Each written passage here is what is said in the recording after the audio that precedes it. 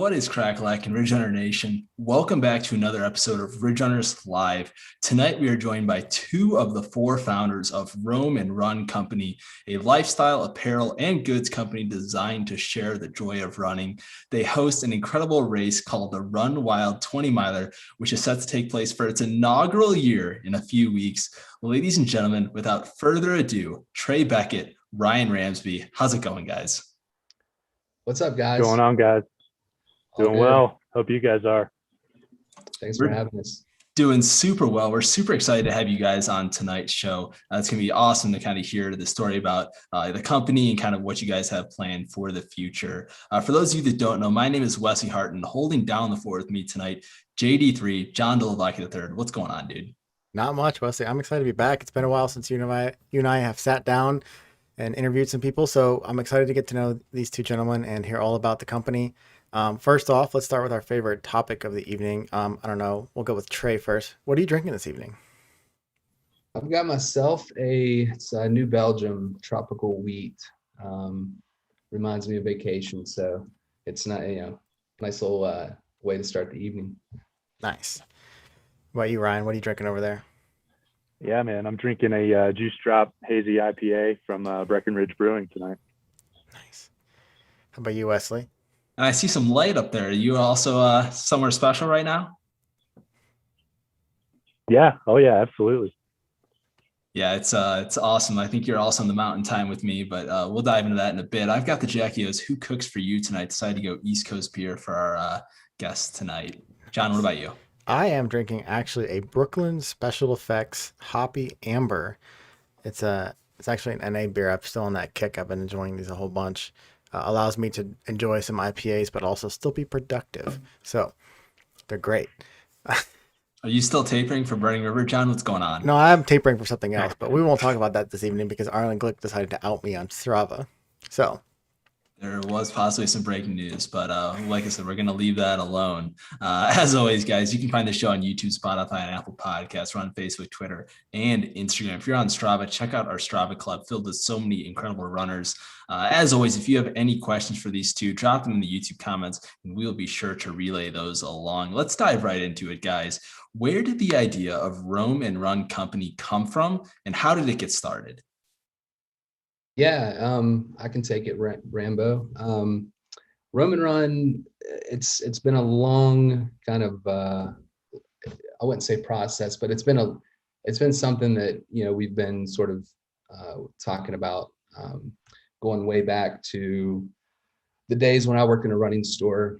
So I grew up just outside of Huntington, West Virginia, and I started working at a running store that's based in Huntington. It's called Robert's Running Shop, and from as early as I could remember, when I wasn't fitting shoes and working with customers, I was sort of in the back room coming up with like t-shirt designs, and all the t-shirts were for the shop. And it was just like a fun way to kind of create something that, wasn't being offered by the brands that, we were selling in the store.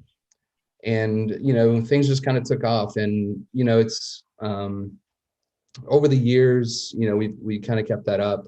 I kind of took a step away from working at the running store, but over time, I consistently kind of helped those guys create some graphic tees.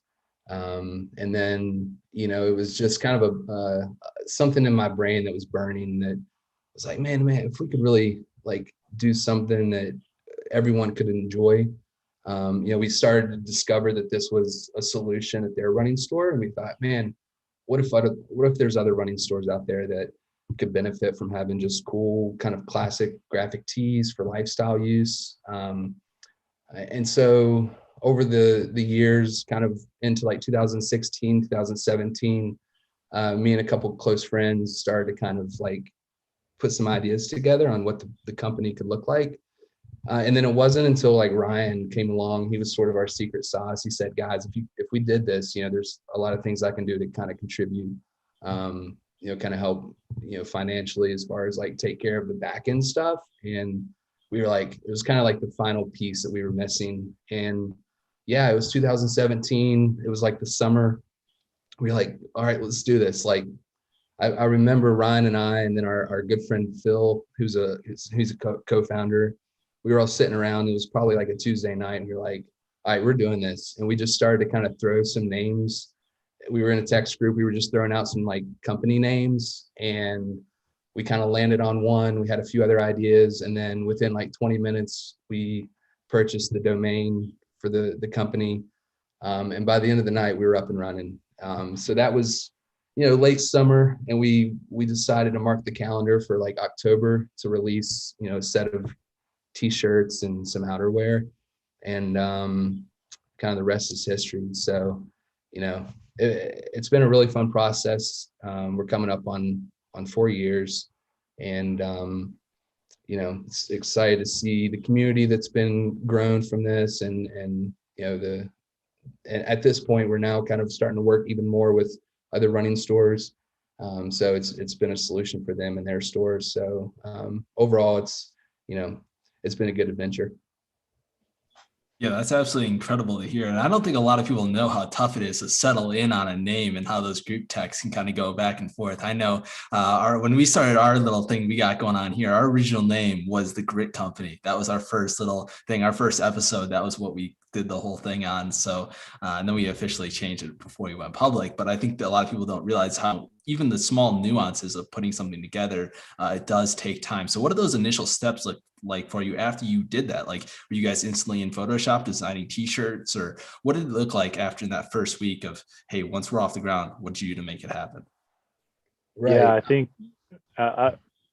I think Trey's being pretty modest when he says we threw a couple of designs together. Right from the bat, I mean, this guy is really a artistic genius. You should check out some of his personal work that he does and sells. It's just phenomenal outside of Rum and Run. But the next steps were, making sure all this was legal, making sure the name wasn't taken, making sure we were taking the right steps, being at that time 3 and then eventually 4 founders, just knowing what we were doing, but not really knowing what we were doing, making sure we were doing things right.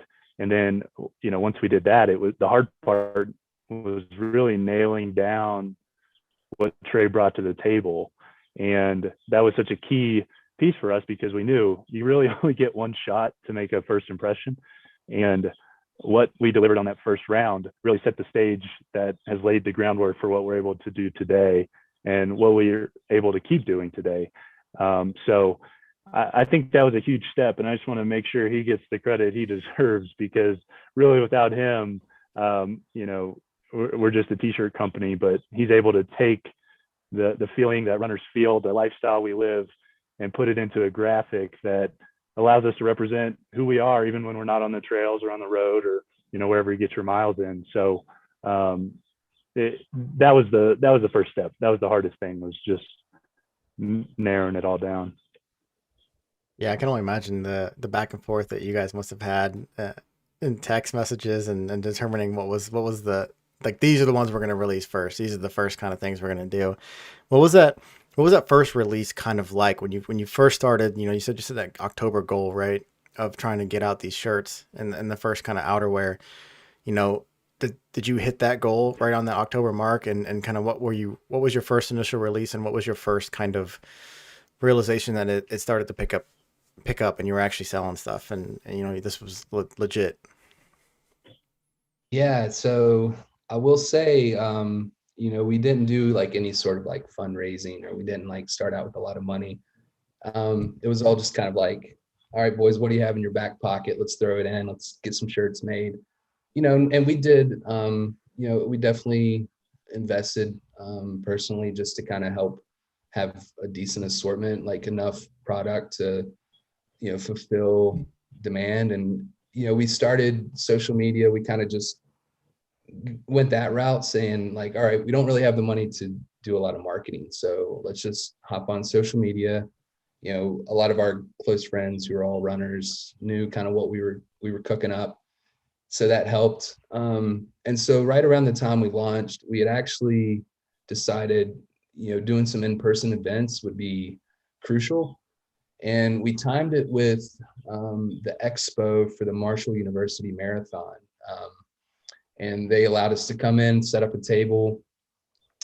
So we were there for that event. And then, Ryan, what was the second event? There was something right after. I think it was the Run the Bluegrass race in Lexington, Kentucky. That was our first paid showing, I guess. And that was really kind of overwhelming for us at the time. I mean, that race draws a massive amount of people. And somehow we lucked into this end spot. It was huge. We had like 20 by 20 to set up, and we had a really nice looking display, and just the feedback and the business that brought to us really catapulted us and said, man, we might be onto something here. So those two events were really the starting game for us. Yeah. It was really those face-to-face interactions where we were able to hear, okay, and see, like, what are people picking up? What are they buying? What do they like?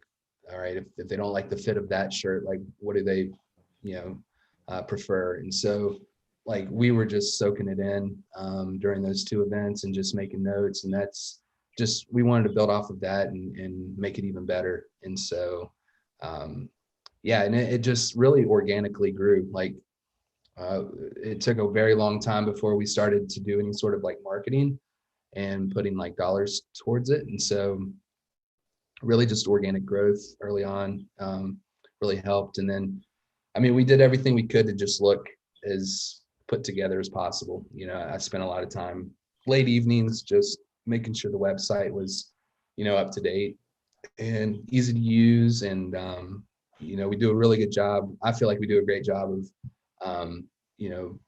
packing shipments and like, throwing in some free stickers here and there, or a handwritten note, just letting people really know, like, how great it is that they were able to support us and what it means. So little things like that, we wanted to make sure we were doing right.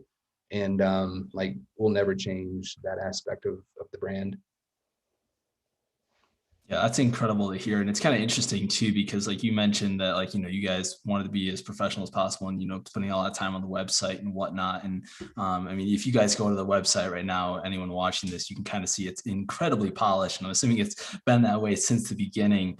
And check out the description of the YouTube video to see their website. But what I'm super curious about now is, I've had people at different races all across the Midwest come up to me and be like, hey, Roam and Run, they're doing a lot of stuff to impact the community in a positive way. When did you start to initially feel that, hey, I'm actually making a positive influence on the ultra running community through what you were doing? Because I know a lot of times maybe you don't feel the impact that you make in a certain community, but when did you guys first have that realization that, oh, we're actually doing something kind of special here?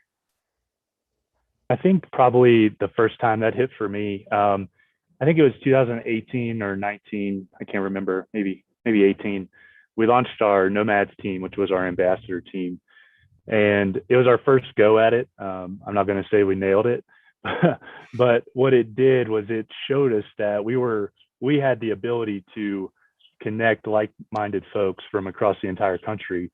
And that's what we did. It was a small team, but all of these people lived this lifestyle.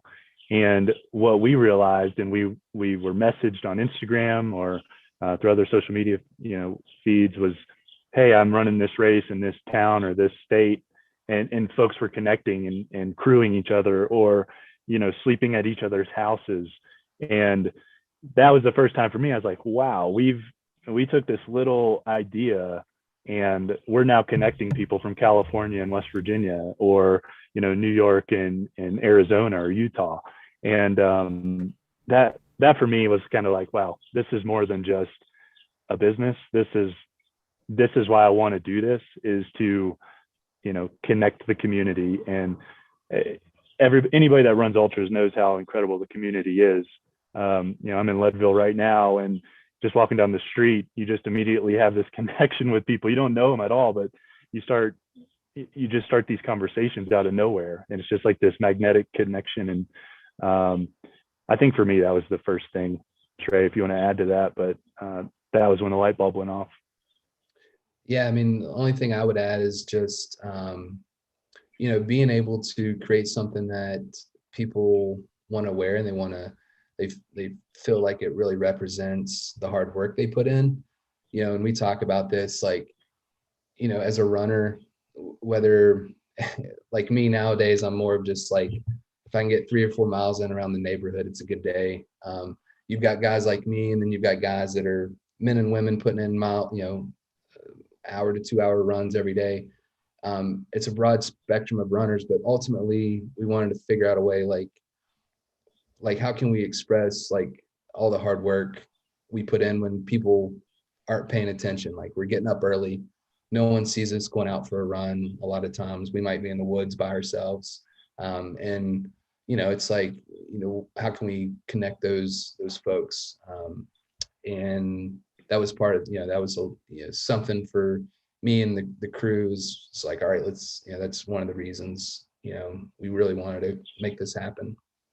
Yeah, that community aspect of ultra running is just like no other, I think. Brian, one of the things you mentioned at the beginning of when you were just talking about was those ambassadors, and you said connecting people who are like-minded and who just kind of represent that mindset. I don't know if you want to elaborate more on that mindset, like that what is that? What is that to be Roman Run? What does that mean? What does that entail? Who are you trying to connect?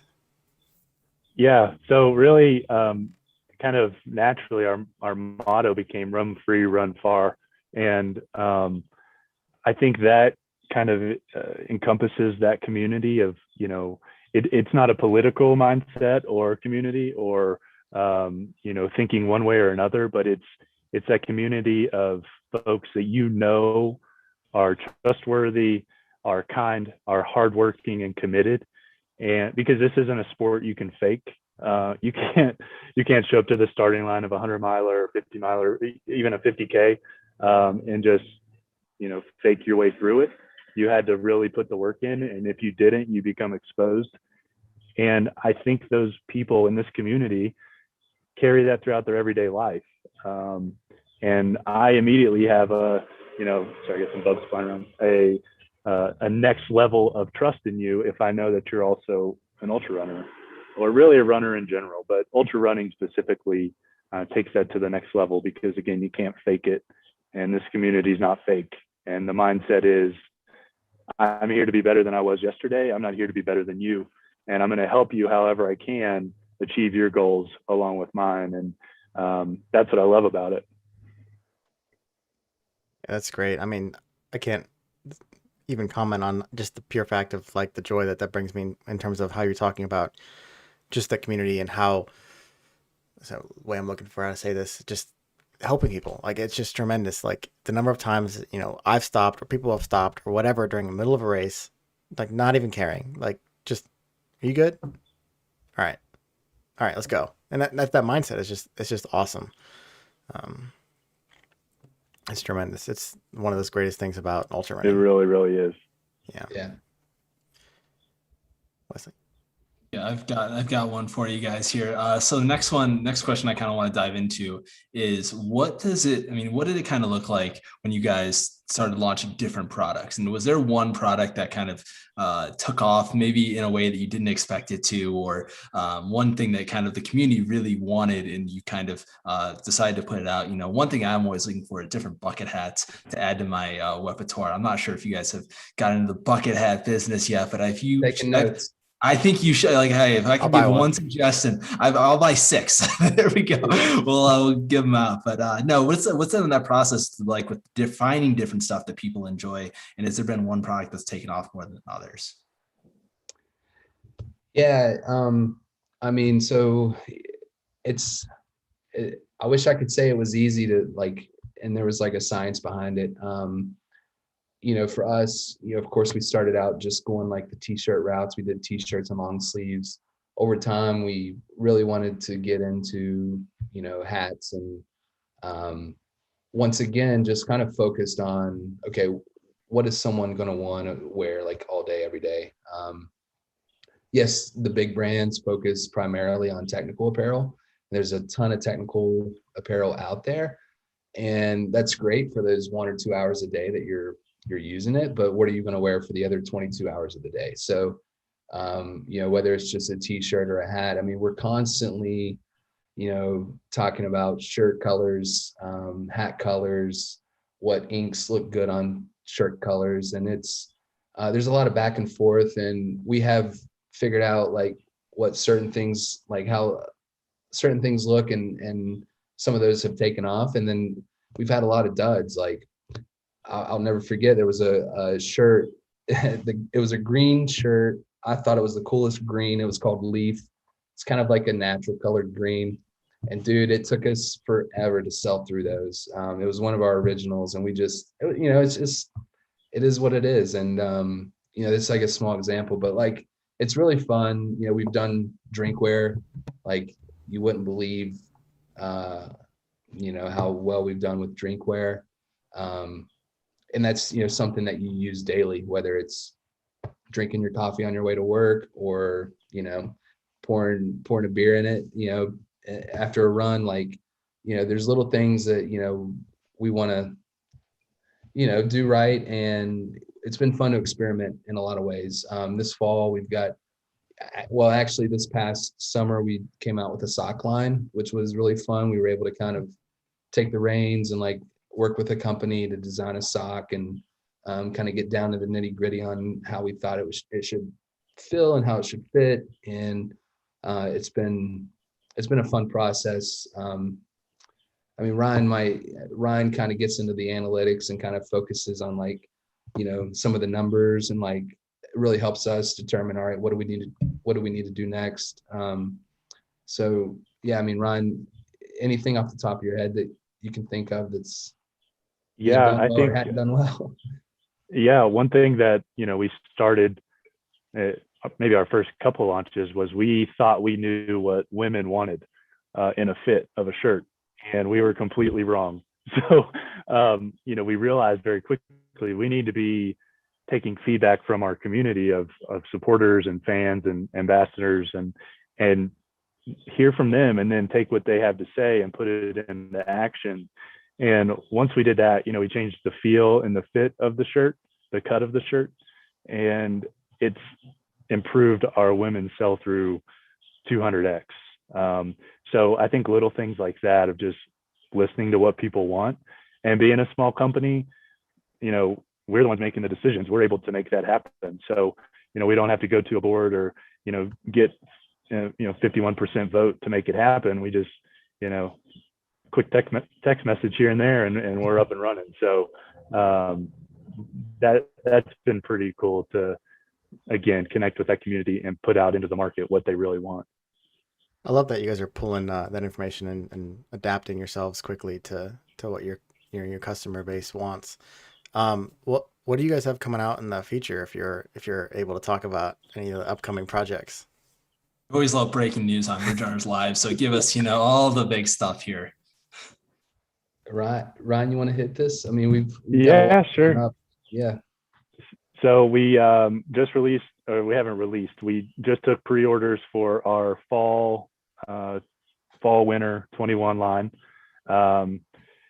So that'll be coming out and dropping. We're actually going to drop it at the Run Wild 20 miler, September 25th. So that'll be first access, and then it'll go live online that following Monday. All shops will have their pre-orders in. I'm guessing around that time we go live online. But we've got some really nice stuff coming out. So again, with the women's cuts, making sure we have specific women cut hoodies, women's cut long sleeves.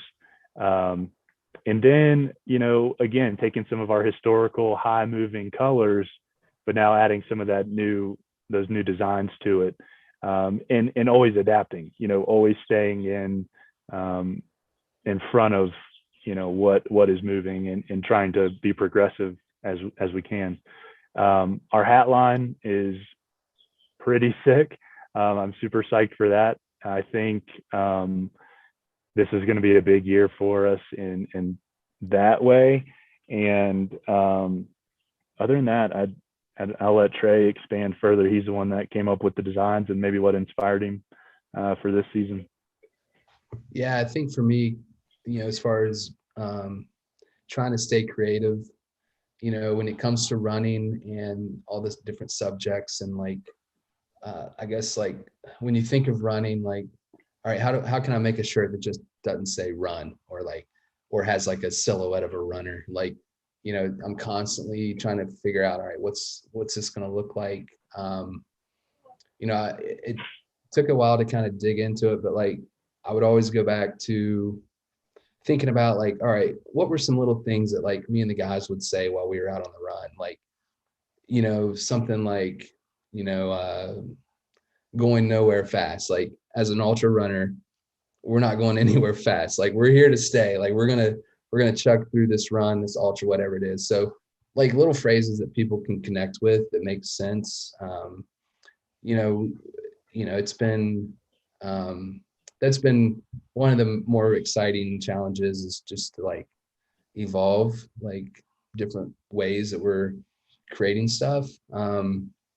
Some of the companies that we work with that help do some of the printing for us, we've been trying to figure out like different techniques on how to, you know, add, you know, multiple colors to a shirt, or how to do like a gradient effect, like something we haven't really dabbled in. So you'll see some of that this fall. Some kind of like fun, exciting, you know, ink combinations on shirts.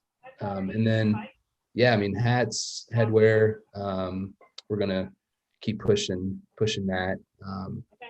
We got some fun drinkware items we're working on now. And then, yeah, just going from there. But, you know, we are going to also add some new stores. We had, I think, maybe 3 or 4 different stores come to us and say, hey, we'd love to carry your brand in our store. So we'll have that list added to our website as far as where that's going to be. And so that includes Boulder, Chicago, and a couple other kind of regional places. So, and I guess your neck of the woods, shout out to Ohio Valley Running Company. They're going to jump in and they're excited. We've been working with Jonathan a little bit, so he's going to stock the product this fall. So we're excited about that partnership. Let's go. I was going to say, I'm going to have to bully JB to get on it and get you guys in there. But I mean, honestly, Regeneration, if you guys know anyone that's a running store owner in your local community and they don't carry Roam and Run products, get on them, have them reach out and connect. And I'm sure they can hash it out and figure it out. But I'm super excited to kind of hear all that you guys have planned in the next upcoming release. I mean, the hats, that's going to be awesome. You know, when it's not bucket hat season, you got to stay warm with some other stuff. And I think you guys are going to have plenty of options to for people to do that. So I'm excited to see it. You did mention the Run Wild 20 miler coming up here in a couple of weeks. So let's kind of transition over to that. Obviously, going on a first year race, there's so many aspects of it that it takes to put on a first year event. Kind of when did the idea of, hey, let's now transition to what we're doing with Roam and Run to add a race into the mix? What did that look like? Where did the idea come from? And how are you guys excited for the race in a couple of weeks? Yeah. I think the idea has been around for a while. And then I think, again, with the community that we've built now, we have an outreach to where we wanted to not only talk about what we love, but be able to provide an outlet for people to do what we love. And, you know, multi-year veterans to first timers, we have all of those folks registered. You know, I've seen the uptick in the folks on the trail just shoot through the roof on people training and folks I've never seen before. And I spend a lot of time on these trails. So I think the idea has always been there. It was just, when is going to be the right time to do this? When are we going to have the financial stability to put this on and do it right? And I think that was the first step for us is, you know, we want to be able to do it right. Anybody can put on a race. But anybody that's run multiple races, you know, the ones that had thought and love put into them. And I think I feel very confident that that's what we're going to bring to the table. You know, taking all aspects of the things we've loved about races and packing them into this race. And, you know, we settled on a 20-mile distance really because that's what the park offers, where these trails are being held. But it's also a really fun distance. It's a distance where those folks that are kind of stuck in that half marathon, maybe working towards the marathon, but they don't really want to take the jump, or they're afraid to take the jump. Folks transitioning from the road to trail. But then also guys that are, run a bunch of ultras that just want to go out and hammer 20 miles and really get after it. I think 20 miles is an excellent distance. You can run it, you can race it, and then you can still go run the next day. And I think that's really cool to do. So you don't have to feel like total trash on the drive home. But the idea, we finally put it into action. Actually, we were on a birthday trip for Trey at Snowshoe, and it'd been a little bit of a wild night. And we woke up the next morning and still feeling a little good. And we said, man, let's do it. So again, Phil was there. He was in person. So 3 of the 4 of us were there. And we just started throwing names around. We had put out a Run Wild graphic, and it just kind of stuck. And Trey's wife was like, yeah, that sounds good. Let's make it happen. So again, we put that into action at that minute. We're very much about not talking about doing something, but actually doing what we're talking about. And it got put into play right there. So we started signing up for the permits needed, and went from there. And then I'll say about 3 to 4 weeks, we had all the details locked in. I had the course already mapped in my mind. I went out that following weekend and ran the course to get a GPX file, so Trey could build it out graphically and make it look all sexy. And we started promoting at that point. And that's kind of the history of how it started. And we started reaching out to some folks that we knew could be heavy hitters to make it a competitive race. And, competition usually does drive other competition. And that's really exactly what happened. So I'm really excited about the field we have, both on the men's and women's side, for a first year event. I think it can really become a great East Coast 20 miler. There's not a lot of them. And I'm excited to bring this one to the table. I did a road 20 miler up in the Cleveland area 2 or 3 years in a row. And I can definitely agree with the idea that a 20 miler is an incredible distance. Like whether you're still training up for an ultra later in the season or maybe a marathon or whatnot, or just want to go out and hammer it, it is such a fun distance to go after. And it's awesome to see that you have crazy competition. That was the one thing that I was most curious about, is that when you look at this field and you look at how everything's set up, you just would not assume that it's a first year race with how incredible that this is looking on paper for you guys. And I know you guys are super excited for race day, but what did it look like, or what did it mean to you guys when you actually opened registration and you saw the number of people come in and the people that did come in? Because like I said, I'm going to make a prediction video for this thing in a couple of weeks, and there are some really big names on this list. So what did it mean for you to see their names on it as well? Yeah, I think there's always a little bit of nerves whenever you launch anything, whether it's a clothing line or a race, because you think you're putting out something that's going to be attractive, and then you get instant feedback. So, once run sign up was set up and we sent the link out, we had an immediate pour in of probably 50 to 60 registrants. And we were like, okay, that's a good start. And then it kind of slowed down for a little bit, and then it picked back up. And then we started noticing, Zach Bevins of the world registering, Michael Owens registered. We have some top names on there that have put out some incredible performances. And that allowed us at that point to kind of say, okay, let's maybe reach out personally to some of these other folks and invite them to this race, because again, nobody's ever heard of it. It's hard to market something that's never existed. We don't have a promo video to show or past race photos to show. So it definitely was a little nerve wracking, but once you start to get some of those names, you're like, hey, maybe we have something here. And then you start marketing it a little bit more. And then over the past month, we've had that registrant uptick again. And, we're looking to probably have about 200 entrants for this first year. For a first year race. Now, the best question for Ridge Runner Nation is, there are still open spots, right? Absolutely. Yeah. The price increase happens the end of this month. So if you're looking, or you're maybe on the fence, now's a great time to hop in. Yeah, you heard that. You heard it. Go sign up. Go enjoy a 20 miler. Go hit it hard. And then get some sweet swag. I'm assuming there's some sweet swag involved. Yeah. Yep. Especially since you guys designed it. On our to-do list. Like, let's stand out from the crowd a little bit. So we got some super sweet yeah, sign up, stuff that you receive when you pack and pick up type items, and then we got some killer like finisher items. It's gonna be fun. Yeah, there's gonna be a lot going on. We're gonna have some food trucks, some music. It's gonna be a fun environment for sure. And it's a super accessible course. There's self-service everywhere along the course. It's actually a city park, but when you're in the park, you feel like you're in the middle of nowhere. But if you're on the fence, your first trail race, we get a lot of questions about, is it dangerous? Am I going to get hurt? You're very accessible at all points. And then it's also a great spectator course. There's honestly, if you can move around fast enough as a spectator, you can probably see your runner 5 to 6, maybe 7 times within 20 miles, which is unheard of. Yeah. The aid stations are going to be fun. They're going to be well supported. We have some great sponsors supporting those. So yeah, it's very accessible. It's going to be a great environment, a lot of fun, very safe.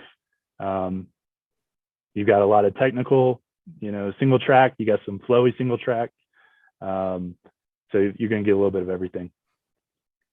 John, man, I'm excited to see you down there at that race. I think you would absolutely crush it at that course. So you're in, right? I'll have to see. That's right. Yeah, we need you. Yeah, he's got to get him in. It's tough for me to commit to go out there. I'm tempted though. I'm really tempted to come on for that one. In fact, the East Coast always willing. But one thing I want to know is, obviously you talked about what the elites will kind of bring to this race and kind of what the runners will be like in the front, but kind of in the mid pack and the back of pack, there's a lot of different perspectives on like what makes a race successful. And so year one with this race, what does success look like for you guys? Yeah, I think success at the end of the day, if I can look back and know that we challenged people to push themselves, and I think this course will do that. That everybody got off the course safe and that everybody had a great time. And for me, that's what it's really about, is enjoying your time out there.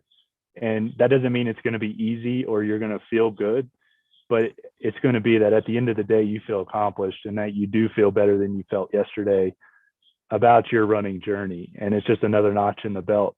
And again, whether that means you ran a PR or you just finished the thing. So at the end of the day, those are the things that I'm looking for. And then if we can do that, I feel confident that this race will continue to exist for years to come. Kind of talk about what the local running community is like in your guys' area. Obviously, it is such a special area with the amount of incredible athletes that are just in that region. Talk about like what it means to kind of have this support from the local runners in this race. Yeah, it's the running scene within the Huntington, Barboursville area is really kind of unknown, but it's tremendous. The runners that come out of there throw down some serious times on some very hard courses. A lot of course records times are held by runners from the community. So I think that, it's really cool to have that support and to get their excitement. There are some other great races in the area. The Canal Trace 50K is a great, 30, just straight 31 mile point to point race, which is hard to find sometimes. But I think, being able to bring this to the community in the way we're doing it is going to continue to grow that community a little bit more. We have Marshall University right in town. So a lot of these runners are ex, D1 runners, Trey being one of those, Phil, our other founder, being one of them.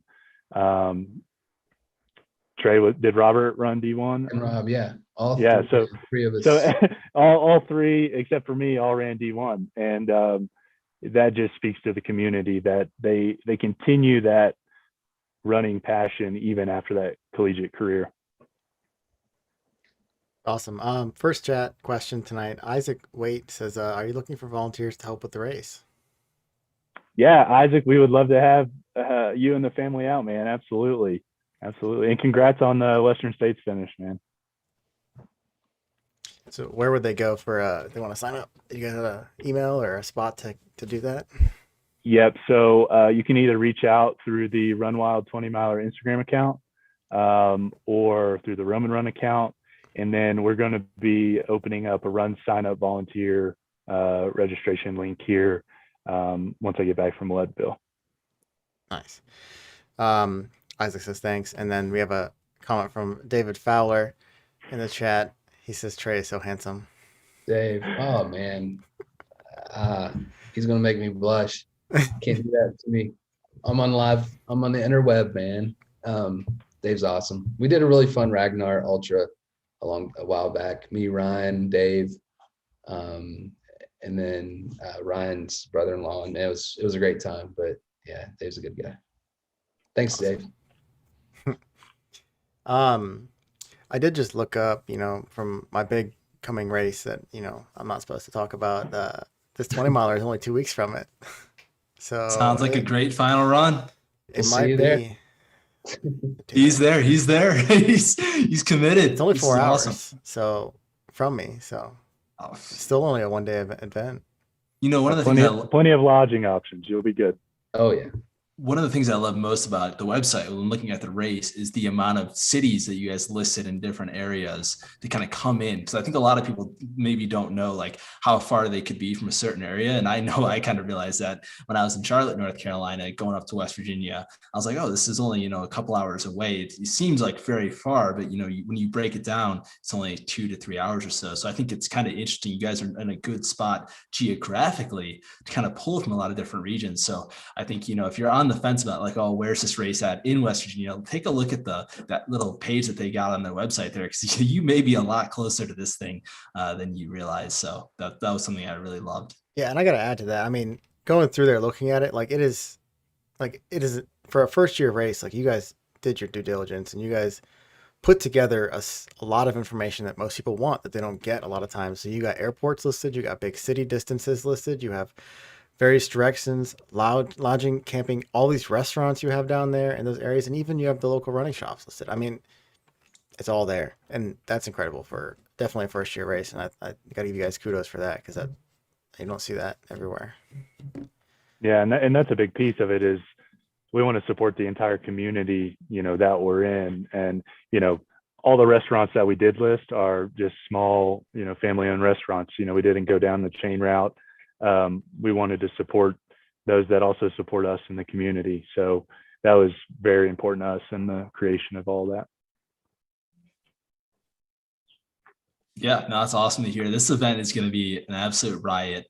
It's going to be super wild, if I may, in a couple of weeks. And we're super excited to kind of see it, John. We're excited to see you out there. But kind of transitioning now into a little bit about your guys' history in the sport and kind of what makes you tick and why you love ultra running and just trail running in general. Ryan, let's kind of start off with you here and just learn about, what was your background? How did you find the sport? And then kind of what you have planned maybe this weekend.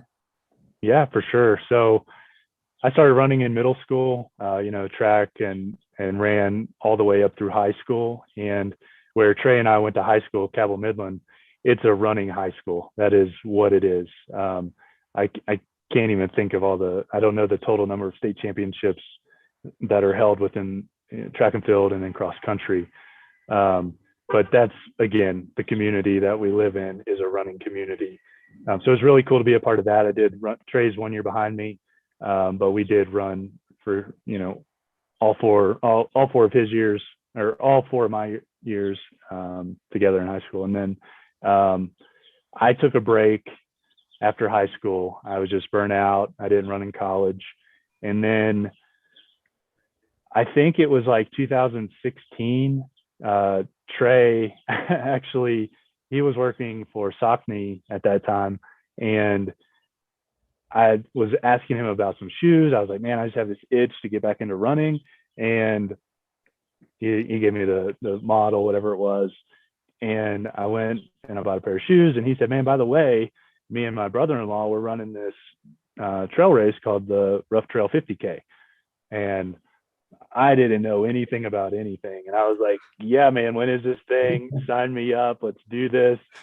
So that was like July. That race is in November. So I trained for, however many months that is. And I showed up to the starting line and I had no idea what I was in for. I didn't have any nutrition. I had a vest, but I think it just had water in it and some like toilet paper. And we just take off on this thing. And it was just such this cool experience. And I just remember how horrible I felt around mile like 18 or 20. And Phil, one of the other founders, actually was running the race as well. And he was already on this, he was coming back from this out and back. And I just remember passing him and I was like, man, how far is it to the next aid station? And he's like, dude, you got a long way. And for me, that was just kind of that moment of, wow, this is the worst I've ever felt in my life, but I kind of love it. And I just continued on trudging along and finally got done. And I was just completely bonked out. My wife was scared to death. She was like, what has happened to you? Sitting there at the finish line, like blue, sugars dropped, but I got it done. And that was kind of that spark that was like, man, I want to do this again. And then my dad ended up passing away from a heart attack in 2017. And he was a diabetic. And I was like, man, I got to do something to raise money for this. And I found out that the Chicago Marathon, one of the main sponsors is the American Diabetes Association. So I was like, man, I'm going to do this. I immediately registered and I went through that whole year raising money to run that race, and ended up getting through that race. And then it was just a big celebration. My whole family was there. It was just a really cool experience. So I had two very cool, very different ends of the spectrum in terms of experiences within running a long distance. And it just kind of exploded from there. I just became addicted to the feeling. And I ended up having my first son in 2017 as well. And really running made me feel good and it made me a better me. And, I wanted to do everything in my power to not, put my children in the same position I was put in of, losing a father very early on. So I know anything can happen at any point, but if this is one thing I can do to at least ensure that I'm a healthy, better me, I'm going to continue to do that. And that's kind of a long-winded story, but that's kind of the history of how I got into it. And then the rest is just history.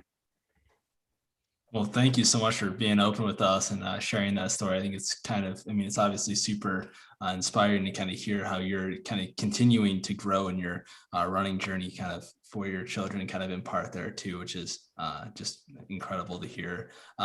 What's this weekend for you? How'd you get into 100 milers? Why are you in Leadville right now? What's going on with that whole thing? Yeah. So into that late 2018, I think I was on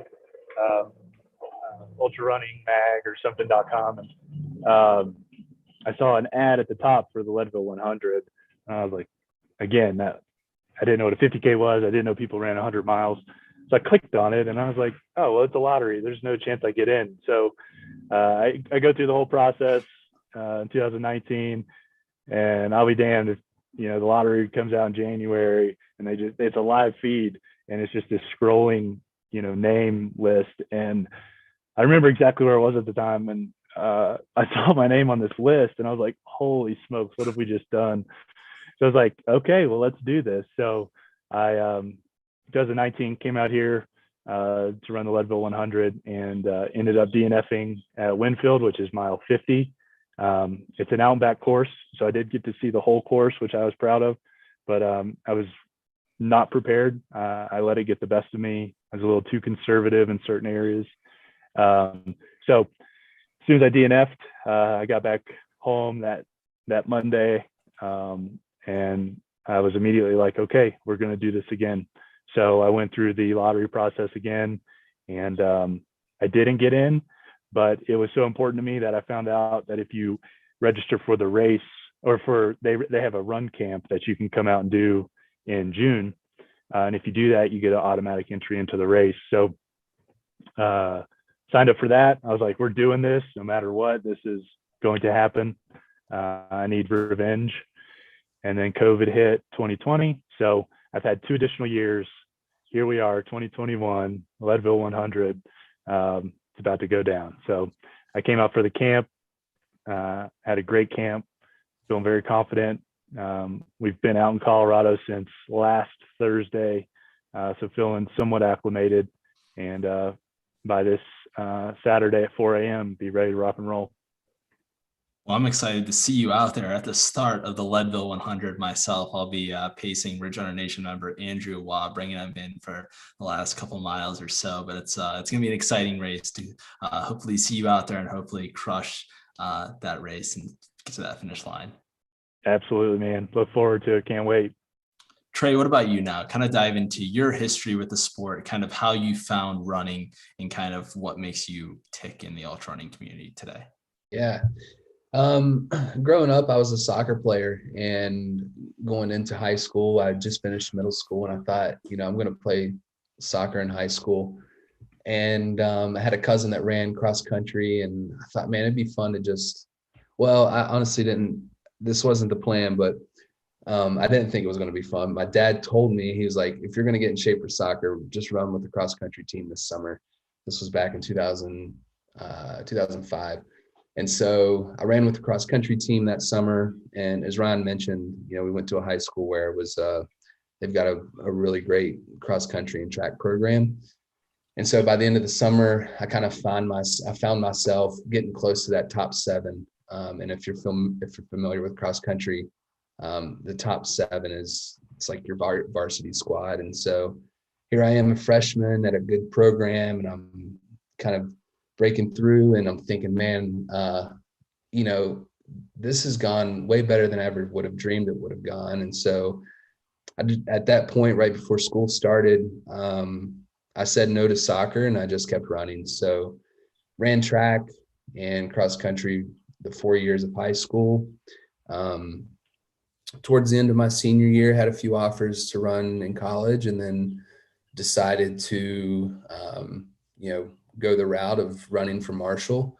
Was always a big fan of the Thundering Herd. And, my parents went to Marshall. At the time, a lot of the teammates that I had at Marshall, I knew in high school, and, we just bonded very well. And it was just kind of a no-brainer. So it was a great decision. I had a fun, I'll say fun time. I wasn't the fastest guy on the team and wasn't the fastest guy at conference, but, it was a great opportunity. And from there, I stuck with running. I went to work for Saucony after college. I worked with Saucony for 4 or 5 years as a field marketing tech rep.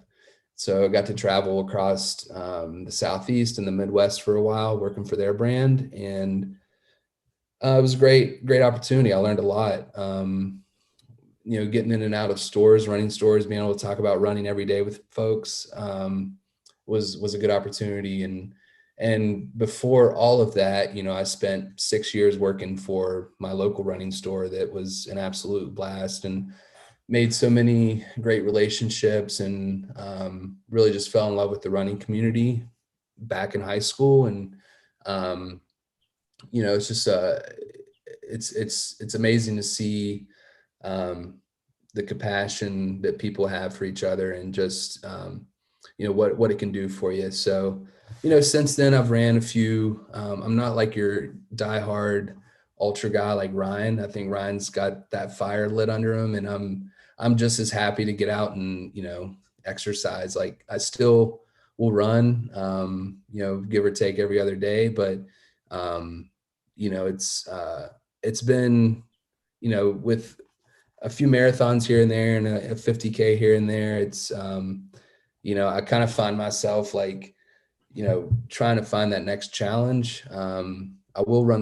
the Run Wild 20 miler most likely the day before, but I'm going to get out and see how the course is, be that guy. But I'll never not run, I guess, is something that I kind of look forward to. But it's fun to see just how everything has grown. I mean, from where we're at in West Virginia, well, I live in Lexington, Kentucky now. Lexington has a really great community here. I'm really close with the local running store here. I've ran several races here in town, and we have really quick access to the Red River Gorge, which is just littered with some amazing trail systems. And so, I take advantage as much as possible. At this point, I don't have anything major or super exciting on the horizon as far as an ultra, but for me, it's I get just a major kick of being able to just get out and put some miles in, and kind of go from there. So, we'll see. Might just randomly sign up for something and take it on, full steam. But right now, I'm happy where I'm at, but excited to see Ryan doing what he's doing, and some of the guys on our team, that are part of the brand. Just they all keep me inspired for sure. Yeah, and I think just running to run is what it's about, right? And that's And I think it's Trey great. will be pacing me at the Rim to River 100 in November. So don't let him fool you. Don't let him make you think he's not putting in the work. He's going to be ready for that day. Ryan, man, I hope you just have a great race at Leadville. Take 6 months to recover and just have a really slow day at Rim the River. I don't have to worry about racing you on that day. Wesley, what'd you predict yourself in? Top 5, locked and loaded. Top 5. That's right. That's right. Yeah, we'll be rolling heavy at Rim to River. So Phil will be there. I'll be there. Trey will be there. It's going to be a fun time. We're going to just enjoy the trails and enjoy a great 100-miler in the state we call home. Yeah, it's gonna be awesome. Wesley's gonna be there. Cam's gonna be there. I'm gonna be there. I just gotta get Nick Voss out here. Awesome. So it's gonna be a big old party down there. And that place was just amazing. Like last year when we were down there, it's gorgeous. Yeah, I'd like to make sure Ridge Runner Nation is well aware of the Rim to River 100. And I know you guys put out the promo video, so keep it up. We love that race. Yeah, that's a great group of people that put that on. We've been they reached out to us and said, hey, we'd love for you guys to put, work on our merch and our apparel and stuff. And they're awesome. Awesome place, awesome group of people, highly recommended for sure. Absolutely. We have another comment from a chat member. This name should sound familiar to you both. Caleb Bowen screaming, "Go Herd." So we'll give him a quick shout out because, Caleb's a great person and he, won last year. So that's right. Yeah. He's another animal. He's another one of the elites coming to, he'll be at the Run Wild 20. So I forgot to mention him when I was mentioning some names, but yeah, Caleb can throw down some nasty times. He's got a couple wins under his belt already this year. Won the Rim to River 100 last year, so we're really excited to see what he's going to do on our course in September. Yeah, he's one of them fast gentlemen. So I want to give you guys a quick second to breathe real quick and just remind everyone who's watching, if you like and appreciate what we're doing, go ahead and give us a subscribe.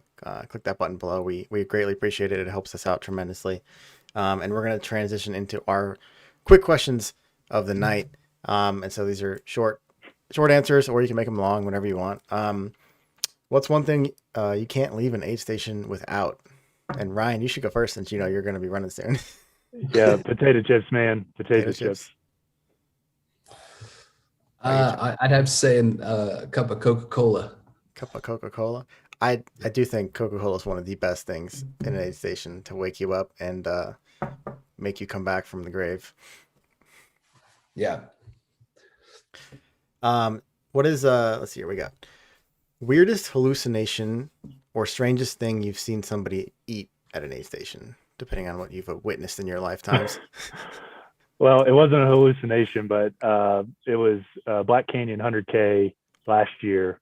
I was just in a bad place. So like mile 51 or 5. I can't remember where that aid station was, but these two dudes came by and I'm just chucking everything up and they're just hammering grilled cheese. And I was just so jealous of what they were able to do.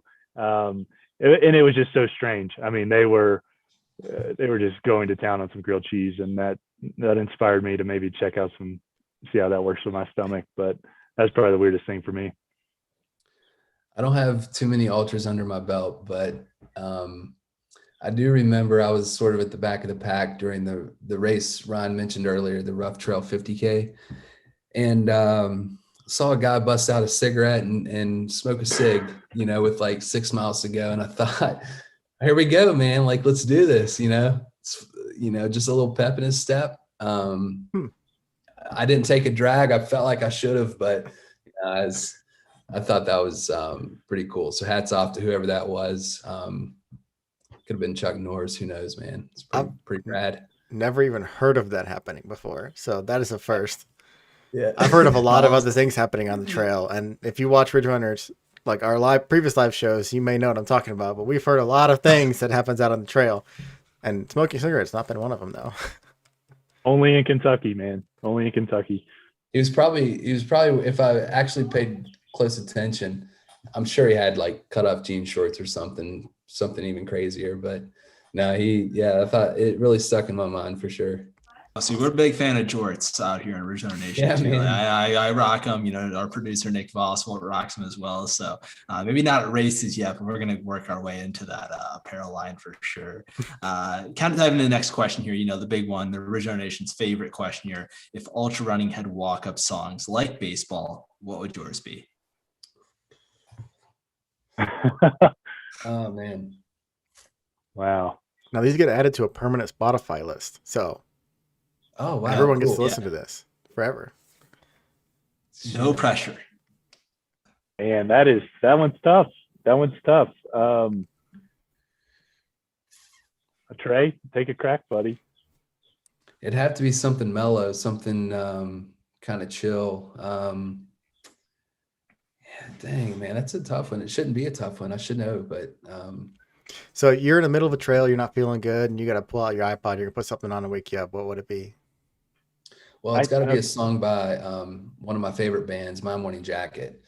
And My Morning Jacket, they've got some good stuff to get me going. I'd have to say,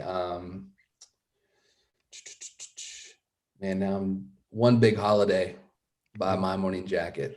It's a good one. Yeah. Add that to the list here. What do you got, Ryan? Yeah, so I think I'm going to go in opposite direction here. Mine would be Rambo by Bryson Tiller. My nickname, for some reason, my whole life has been Rambo, and it just feels like it's speaking to the soul. And it just kind of gets me jacked up a little bit. So sometimes when I'm feeling like a little wuss out there, I need some reality smacked into me. So yeah, that would probably be it. Tim Beckett says Rambo is being modest. He was the total package in high school, could run, hurdle, and jump. Thanks, Timmy. Ryan was a phenomenal jumper, man. He was, top notch. Yeah, it was funny. I was more of a hurdler, short distance field guy. I think because I was too lazy to maybe run the 800, which is probably what I should have ran. But I saw the workouts they put in, and I was not willing to do that at that time. So, yeah. Fair enough. I mean, high school. Exactly. Don't blame me there. Not at all. Next, we have another good question here. It's one of our favorites because the answers are so different. If you could run with one person in the history of the world, even if they aren't a runner, and assuming they could keep your pace, who would it be? Ooh.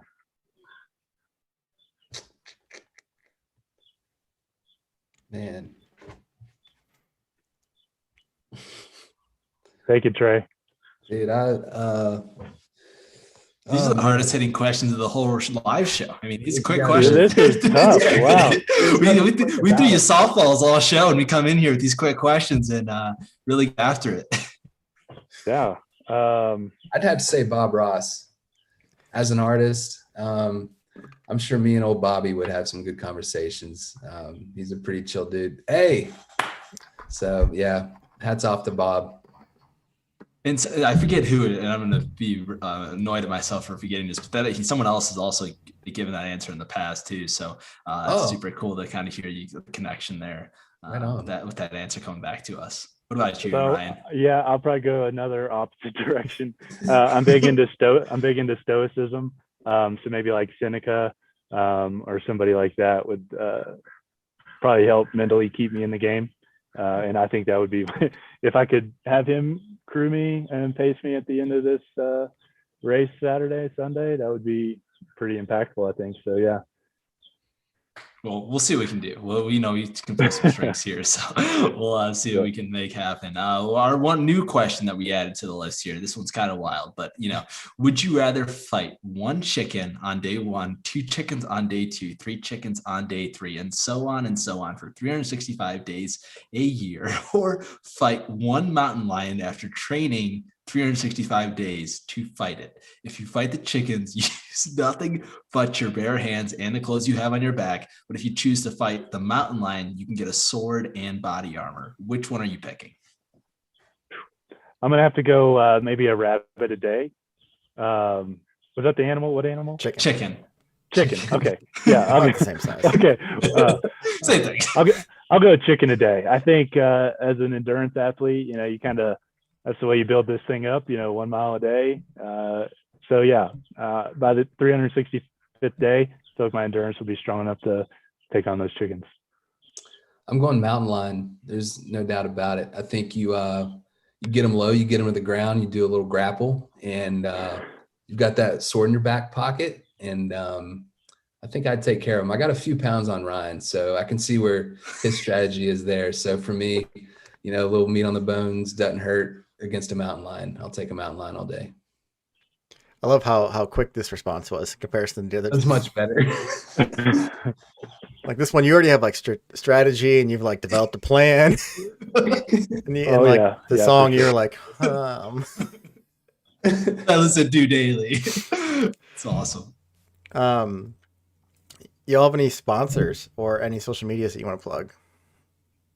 Assuming you sponsor yourself, so that's always a good start. But what other social medias you guys have you want to share out for everyone? Yeah, I know Trey won't do it, but I'll plug him in his art. So follow Bishop Studios on Instagram. Check out some of the works he puts out. It's incredible stuff. It's pretty inspirational. So I enjoy it. I think others will as well. And thanks, Ryan. Obviously, I'll plug Ryan. Ryan's personal running account's pretty awesome. He's like, dude is everywhere. Was it RR_run? It is, yeah. Boom. Yeah. If you're into running pictures, maybe that's a place to check out. But appreciate it, Ron. And then obviously you've got the Roam and Run website and Instagram for that as well, right? Yeah, so you can go to our online shop, roamandrun.com. We also have Instagram at Roam and Run, and we have Facebook. And then you can find out information. Probably the best thing to do if you're interested in what we have coming out this fall, you can subscribe to our email list. You'll always be the first to hear about when things are dropping and before we put it out there to the world via social media. So we also send you a 15% off code. So if you want to pull the trigger on some apparel, drop that email list on our website and we'll send you a code. And then, details for the race, like Ryan mentioned, that's on our website as well. So I think it's roamandrun.com/runwild20. Awesome. And we'll put all those links down below so everyone has easy access to them after watching this episode. Before we get out of here, you guys should probably give a shout out to your 2 other founders that are part of this team. Obviously, they're not joining us tonight, but who are they? And kind of give a little quick shout to them. Yeah, these 2 are legends. The first guy I'll mention is Robert Smith. Robert is based out of Huntington, West Virginia. He's the guy that started Robert's Running Shop. It's been around since 2006. They have a store in Huntington and a store in Charleston. Robert's a big mentor of ours. He's a great guy to know.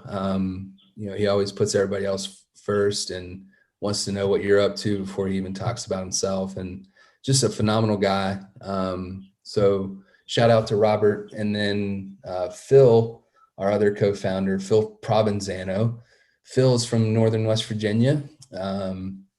If you find yourself like at a party, like Phil's the guy that you want by your side. Like Phil's a great guy, great runner. He's got some nice tattoos as well and some nice flowy hair.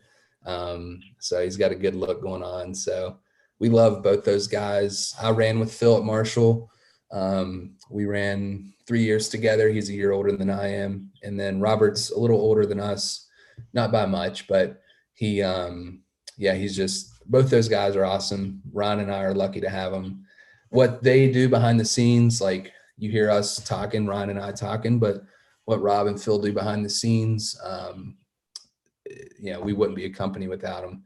And by the way, if you ever get a package from us, it comes from Phil. Phil, he kind of oversees all of that. It takes a lot of effort and a lot of time, and he dedicates every morning to that. So, it's, we love those two. So thanks, Robin and Phil.